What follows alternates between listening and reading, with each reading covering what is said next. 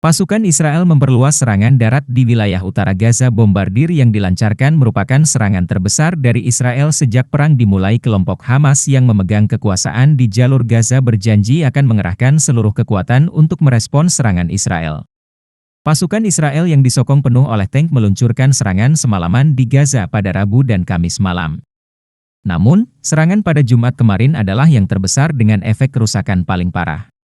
Pertahanan sipil Gaza mengatakan bom dari Israel menghancurkan ratusan bangunan dan rumah warga. Serangan darat yang terus-menerus berbarengan dengan serangan udara dari pasukan Israel. Komunikasi lumpuh di Gaza dan membuat populasi 2,3 juta orang terputus dari dunia luar. Berbagai petugas organisasi non-profit, PBB, hingga jurnalis di lapangan sulit dijangkau. Jurnalis Al Jazeera melaporkan dari Khan Younis, wilayah selatan Gaza. Ia mengatakan warga Palestina telah melewati malam paling sulit dan berdarah sejak perang dimulai. Sulit untuk mengetahui angka pasti untuk korban yang berjatuhan saat ini.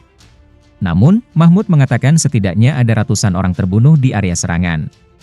Layanan darurat tak bisa datang tepat waktu untuk memberikan pertolongan. Warga di area selatan juga kesusahan menghubungi kerabat mereka di sisi utara Gaza. Memutus akses Gaza dari dunia luar membuat orang-orang di sini merasa ini adalah gerakan genosida. Mereka tak bisa mengetahui apa yang terjadi pada keluarga dan kerabat, kata Mahmud. Otoritas kesehatan setempat mengatakan lebih dari 7.703 warga Palestina terbunuh sejak 7 Oktober. Ketika Israel memulai serangan di jalur Gaza membalas serangan mendadak kelompok Hamas.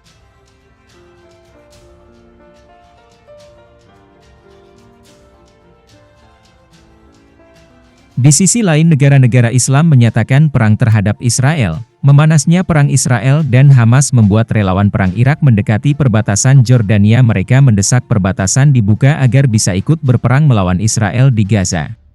Para relawan perang ini berharap bisa bergabung dengan pejuang Palestina untuk melawan Zionis Israel.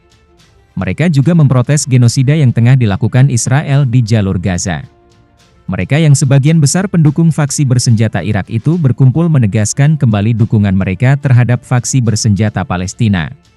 Faksi ini memprakarsai operasi militer dan mengecam kehadiran Israel. Pernyataan tersebut disampaikan atas respons kondisi saat ini ketika Israel sedang melancarkan serangan ke jalur Gaza.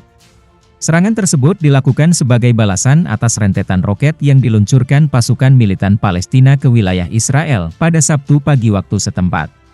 Sementara itu, kelompok Hizbullah di Lebanon melancarkan serangan artileri terhadap pos militer Israel.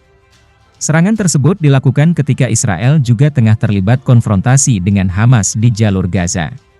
Kelompok milisi perlawanan Lebanon, Hizbullah menggencarkan serangannya di wilayah perbatasan selatan Lebanon dan Israel. Meningkatnya serangan direspons tentara Israel yang membuat pertempuran makin sengit dengan jatuhnya korban dari kedua belah pihak. Perkiraan dan laporan menunjukkan kalau setidaknya 40 tentara Israel telah terbunuh dalam pertempuran di perbatasan. Sementara, Israel sendiri terus menghadapi kerugian dan jatuhnya korban dari tentara mereka di perbatasan utaranya akibat serangan harian yang dilakukan oleh milisi perlawanan Lebanon tersebut. Adapun media Israel telah mengkonfirmasi kematian 40 tentaranya telah tewas akibat baku tembak dengan Hizbullah. Laporan yang sama juga mengklaim kalau setidaknya 12 tank Merkava dan lebih dari selusin radar dan situs pengawasan Israel telah dihancurkan. Sejauh ini, tentara Israel telah kehilangan sebagian besar peralatan pengawasan yang mereka kumpulkan selama bertahun-tahun di perbatasan penting itu. Hizbullah juga telah menghancurkan lebih dari 15 tank dan 20 kendaraan lapis baja, selain membunuh dan melukai puluhan tentara Israel, kata dia dalam laporannya.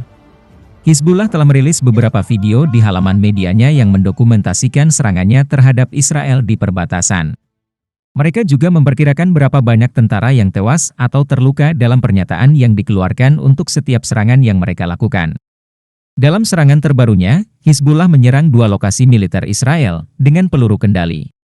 Mujahidin Perlawanan Islam menargetkan lokasi dengan peluru kendali dan menghancurkan sejumlah peralatan teknis Israel. Media Israel awal pekan ini menulis kalau Hizbullah berusaha mencegah Israel memantau pergerakannya di perbatasan. Mengutip laporan media Ibrani yang mengatakan bahwa Hizbullah telah berhasil membutakan tentara Israel di perbatasan dengan Lebanon. Pejuang Hamas dan Jihad Islam Palestina yang berbasis di Lebanon juga telah melakukan beberapa serangan roket dan infiltrasi dari perbatasan selatan Lebanon sejak 7 Oktober. Sebagai tanggapan, Israel terus membombardir dan menembaki desa-desa di bagian selatan Lebanon, termasuk dengan serangan fosfor putih yang dilarang secara internasional.